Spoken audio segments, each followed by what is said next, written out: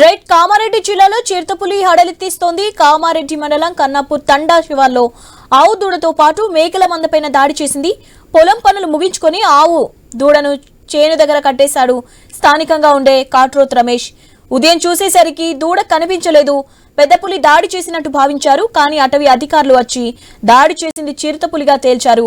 ఇదే మండలంలోని రాజమా తండాలో మేకల మందపైన చిరుత దాడి చేసింది. 3 మేకల్ని అడవిలోకి ఎత్తుకెళ్లింది. దీంతో చిరుతపులి సంచారంతో తండావాసులు ఆందోళన చెందుతున్నారు. పులులు ఎక్కువగా తలదాచుకునే గుహాల్లో సెర్చ్ చేస్తున్నారన్న అధికారులు.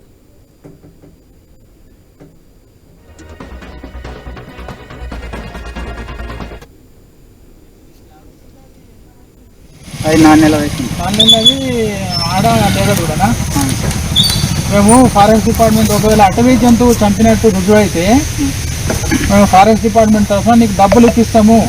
దాని మీద విషయము అట్లాంటి ఏమి పదార్థాలు చల్లి చేయొద్దు.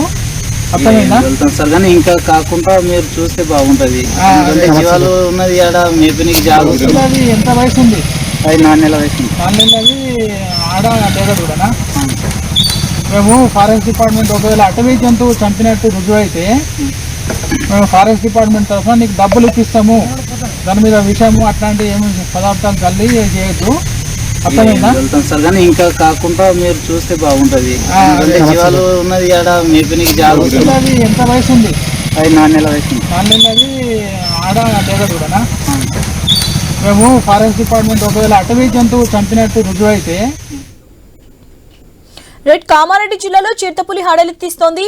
రామారెడ్డి మండలం కన్నాపూర్ తండా శివార్లో ఆవు దూడతో పాటు మేకల మందపైన దాడి చేసింది. రైట్ దీనిపై అప్డేట్స్ తెలుసుకుందాం. మా ప్రతినిధి శ్రీకాంత్ ఉన్నారు. శ్రీకాంత్, అప్డేట్స్ ఏంటి?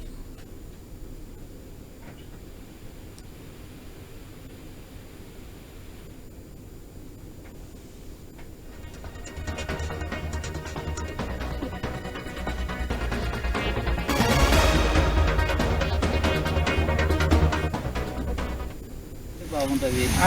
జీవాలు ఉన్నది ఆడ మేపనికి జాగ్రత్త.